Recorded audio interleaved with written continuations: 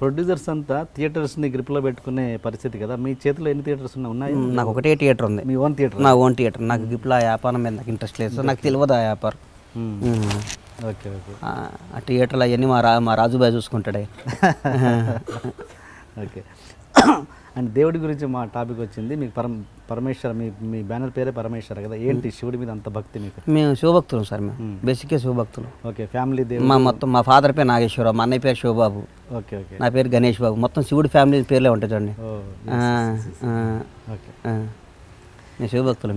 Okay. ఆ మధ్య controversy విషయానికి వస్తే దాసరి గారు ఒక స్టేట్మెంట్ ఇచ్చారు. తెలుగు సినిమా చరిత్ర అంటే ఏంటి ఏఎన్ఆర్ అండ్ ఎన్టీఆర్ తర్వాత మళ్ళీ అంత తీసుకొచ్చింది మళ్ళీ ఈ జనరేషన్లో పవన్ కళ్యాణ్ అని స్టేట్మెంట్ ఇస్తే మీరు దాన్ని ఖండించారు.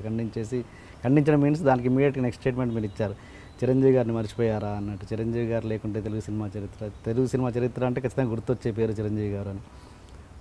అది అక్కడేదో చిన్న క్లాష్ వచ్చిందంట, మీకు గుర్తుందా లేదా నాకు తెలియదు. మరి నాకు గుర్తులేదు కానీ సార్, చిరంజీవి గారిని విమర్శిస్తే విమర్శించుండొచ్చు. దాసరి గారిని నేను పర్సనల్గా విమర్శించాలని అట్లేమి ఉండదు నాకు. మీరు అంటున్నారు కాబట్టి గుర్తు పెట్టుండొచ్చు అట్లా. నేను చిరంజీవి గారి గురించి చెప్పారు ఆయన, అది ఏఎన్ఆర్ ఎన్టీఆర్ తర్వాత పవన్ కళ్యాణ్ మెన్షన్ చేశారు. మరి నిజంగా చిరంజీవి గారిని కూడా చెప్పాలిగా, న్యాయం కదా సార్ అది.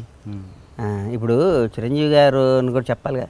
చిరంజీవి గారు ఆయనకి అర్హతలు ఉన్నాయి. చిరంజీవి వేరే వాళ్ళ గురించి చెప్పినా చెప్పైనా ఎన్టీఆర్ ఏఎన్ఆర్ కృష్ణ గారు ఒక సెకండ్ తీసేసి తర్వాత అది వస్తే చిరంజీవి గారికి మా అందరికీ ఇప్పుడు ఇండస్ట్రీలో ప్రతి ఒక్కరికి చిరంజీవి అనేవాడు రోల్ మోడలే కదా sir.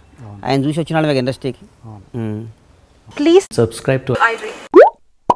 Please subscribe for more videos.